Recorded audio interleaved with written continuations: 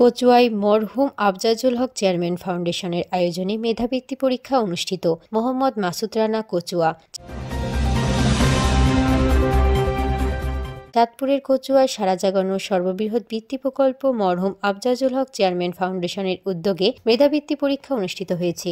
শনিবার সকাল 10টা থেকে 11টা 40 পর্যন্ত রাগদৈল ইসলামিয়া আলিম মাদ্রাসা ও সাচার উচ্চ বিদ্যালয়ের 2টি কেন্দ্রে এ পরীক্ষা অনুষ্ঠিত হয়েছে।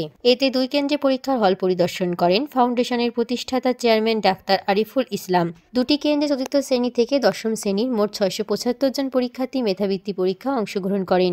সাচার উচ্চ বিদ্যালয় কেন্দ্র সচিব হিসেবে দায়িত্ব পালন করেন ওই বিদ্যালয়ের প্রধান শিক্ষক মোহাম্মদ আলমগীর হোসেন মোল্লা ও রাগদৈল ইসলামিয়া আলিম মাদ্রাসা কেন্দ্র সচিব হিসেবে দায়িত্ব পালন করেন আব্দুল বারেক। এ সময় মরহুম আফজাজুল হক চেয়ারম্যান ফাউন্ডেশনের প্রধান উপদেষ্টা আলহাজ রোস্তম আলী সরকার, পরিচালক মোহাম্মদ ফারুক হোসেন, কোচা উপজেলা কিন্ডারগার্টেন অ্যাসোসিয়েশনের সভাপতি মোহাম্মদ মফিজুল ইসলাম সহ অন্যান্য দায়িত্বপ্রাপ্তরা পরীক্ষার হল পরিদর্শন করেন। মরহুম আফজাজুল হক চেয়ারম্যান ফাউন্ডেশনের প্রতিষ্ঠাতা চেয়ারম্যান ডাক্তার আরিফুল ইসলাম বলেন, এ ফাউন্ডেশনের মাধ্যমে শিক্ষার্থীদের মেধা যাচাই ও প্রতিযোগী শিক্ষায় মনোনিবেশ করা হচ্ছে।